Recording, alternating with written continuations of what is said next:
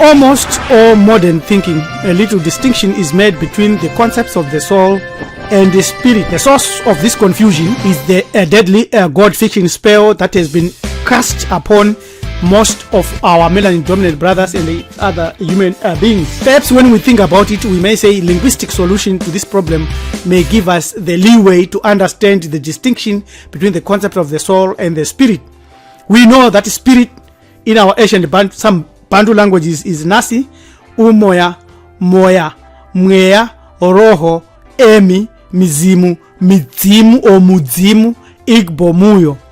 The soul itself known as nafsi, which is Swahili, where we get the Hebrew nephesh, umphefumulo, mkpụrụ, obi. Let us look at the key difference in understanding all this is for us to delve deeper first into what is followed by billions of melanin dominant human beings. Christianity teaches that the soul is tripartite, same as Islam, Judaism. They call that man has the body, the soul, and the spirit. Is there a difference between soul from spirit? What is the key difference between soul from spirit that has been taught today is that these terms soul and spirit are interchangeably, and that they can be used in different concepts. We need to ask fundamental questions, and we need to answer these fundamental questions before we can demonstrate the key difference.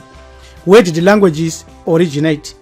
What are the benefits of knowing the key difference between soul and spirit? And since these are abstract terms with a heavy connection to thought forms that arises out of a religious or spiritual worldview, which is the oldest spirituality or religion?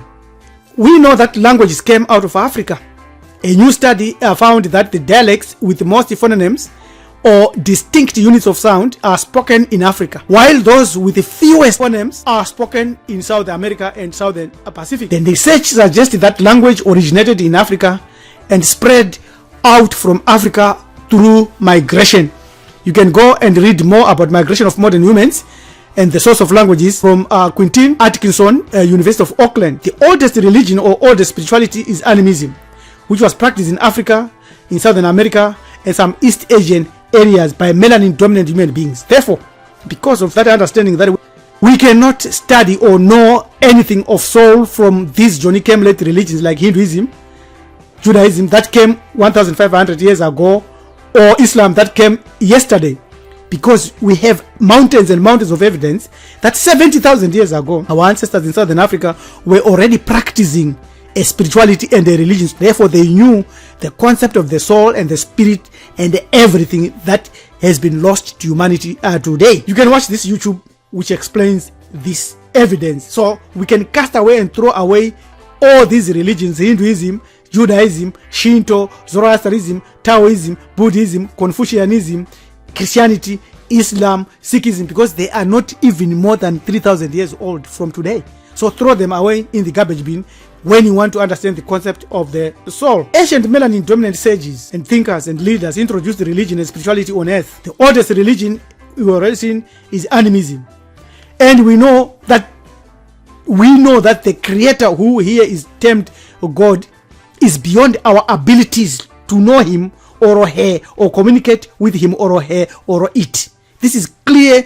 Anyone who comes to you today and tells you that they know about God, they teach you about God, they are teaching you about a deity. Specifically, if these teachers are coming from Europeans who emerged on the earth 8,500 years ago, melanin dominant human beings were already on the earth 3 billion years ago. Pelagians appeared on the earth maybe 12 to 15,000 years ago. Melanin dominant human beings were already on the earth at least 3 billion years ago. Hence, Europeans or Western teachings or Asians or yoga or all these other stuffs that we are hearing today, as popularized by their followers, can never ever teach you the truth about the soul or the spirit. Let's look at religions that are dominating melanin dominant human beings today.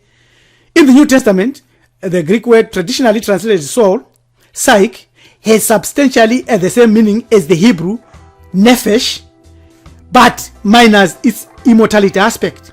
It is this word that gives us the subject of psychology. So anyone who has studied psychology is a Greek student, is a Greek citizen, follows Greek mentality.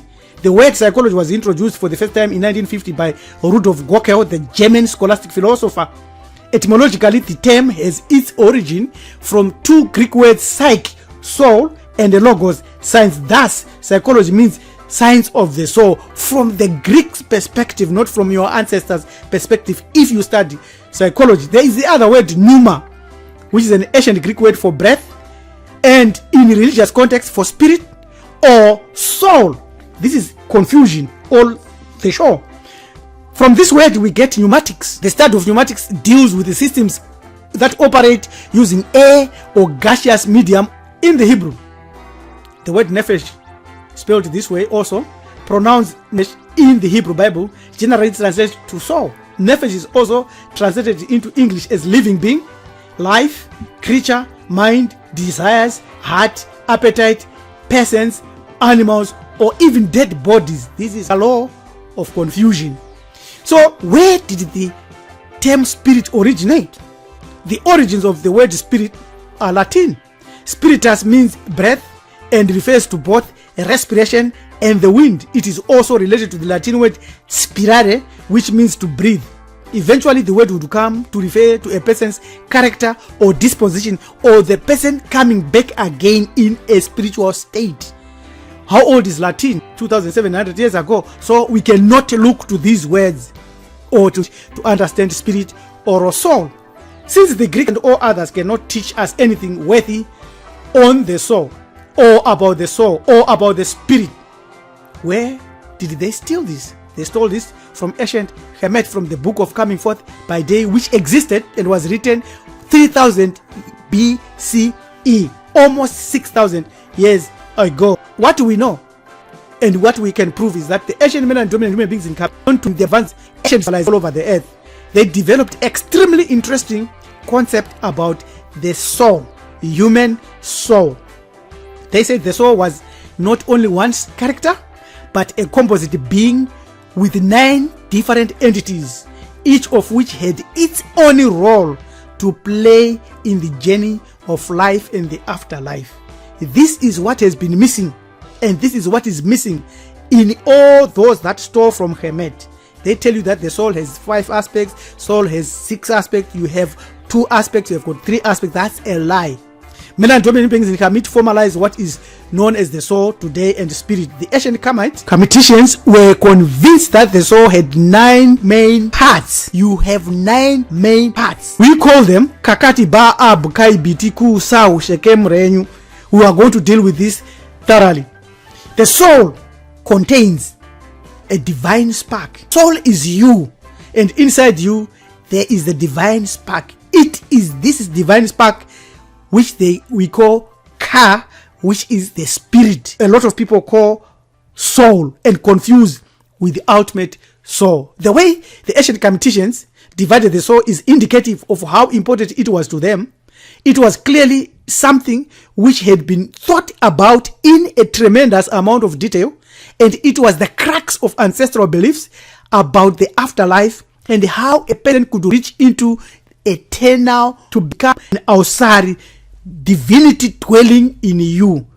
But you are not a divinity, as it is explained here. It includes the Ka. Unlike the Ka, the Ba represents the personality, the conscience, and the potential for incarnation. The Ka is represented here. It's an aspect of you. It is your double.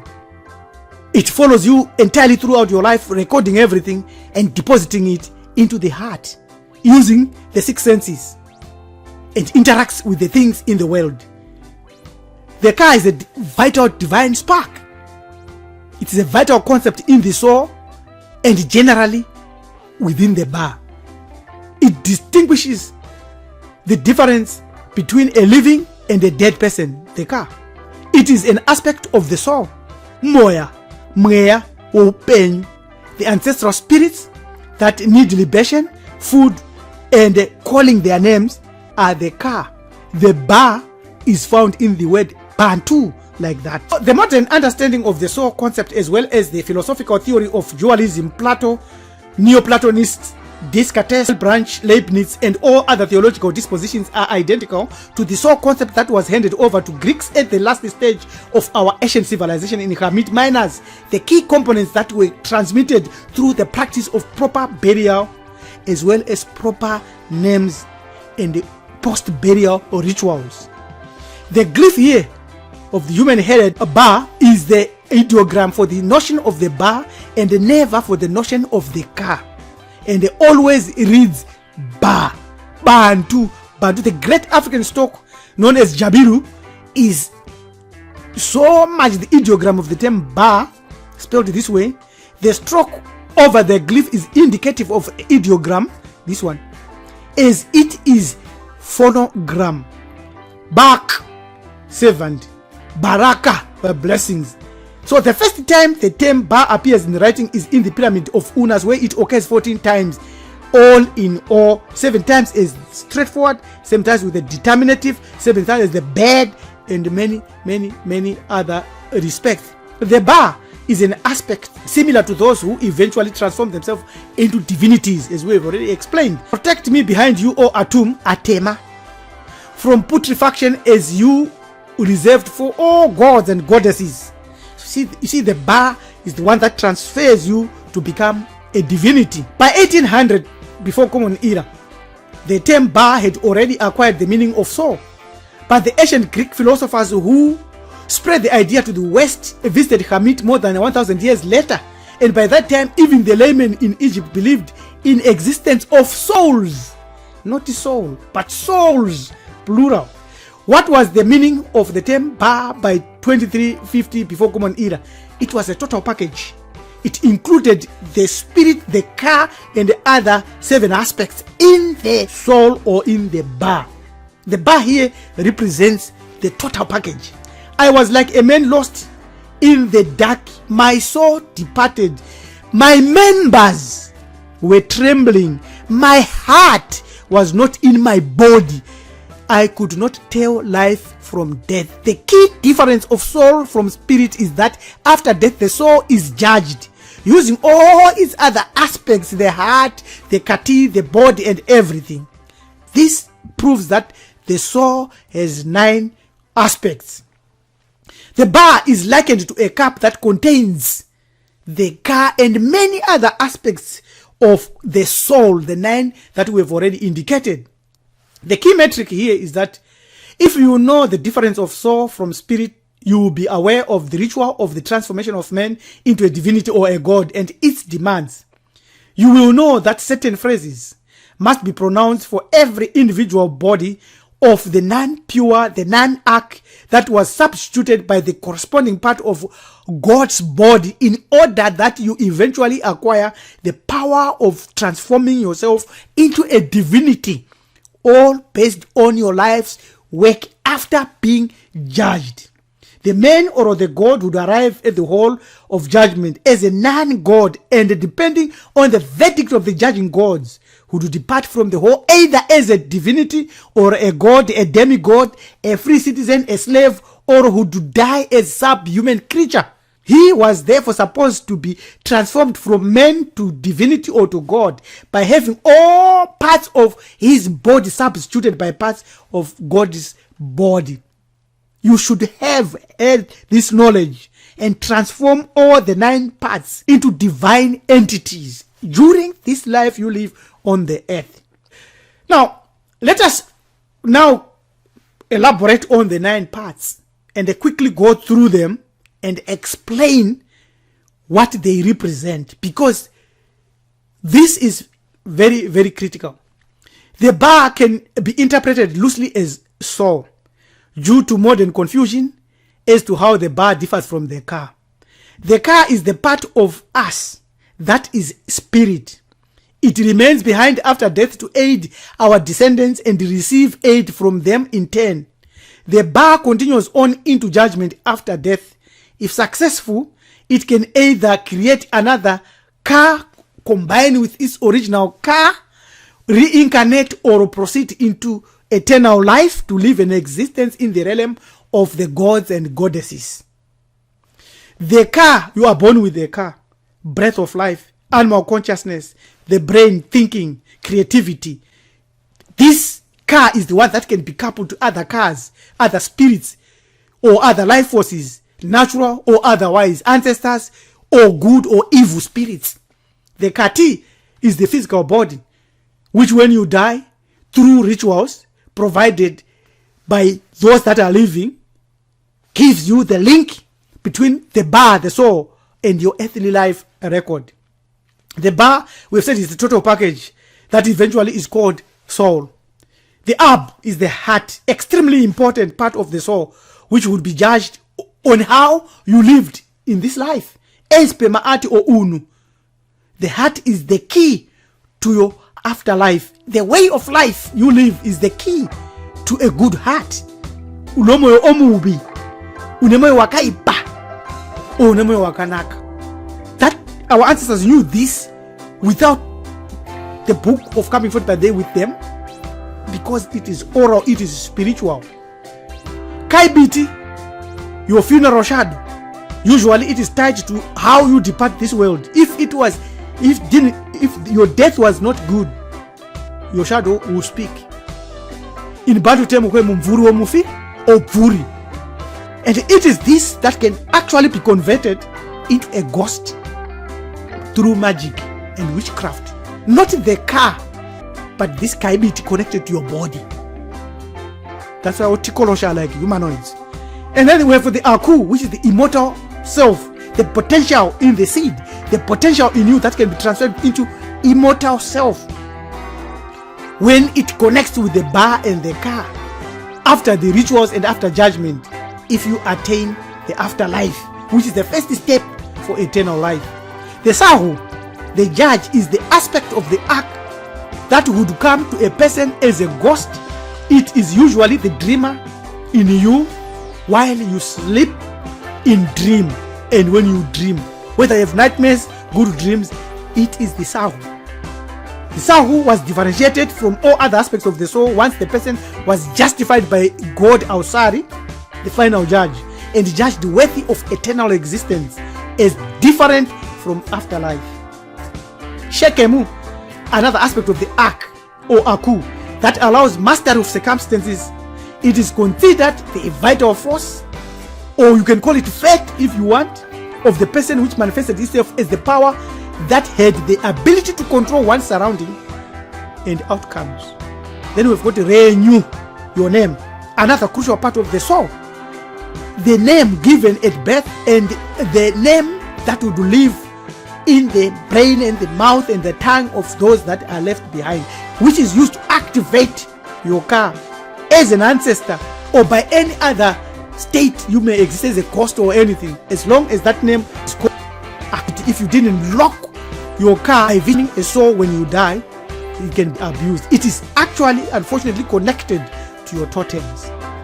So these are the aspects, the 9 aspects of the soul that we must understand. We are continuing to explain, we are continuing to produce and share information that we think is critical. So we ask you to assist us in fundraising. The link is in the description, and help us as much as possible. In summary, therefore, the car is contained in the bar. It is an aspect of the soul. This is a key difference between soul from spirit. The soul is the total package. The spirit is an aspect of the soul. Generally, a spirit or mweya or umoya may be good or evil. If your spirit is evil, you have to tame it to become good. If your spirit is good, you have to prevent it to become evil and improve it. The cars of the deceased become our ancestor spirit through us. It is us that should invoke those spirits. The ancestors will not simply come back. They have got other jobs they are doing there. So the manifold ways we say, may the gods appear. Our revered ancestor spirits ablaze. May you be raised beyond the highest stars in this life, as we pay homage and honor to all our holy ancestors and the blameless divinities for this life. Amen. For more information, please get in touch with us on Join at Marifado. This is Hamaneja Topi, priest teacher Rabbi Elem Tumizulu Mjakanja Kunuken Miskabandu, saying, guard your soul and know your soul. Amen.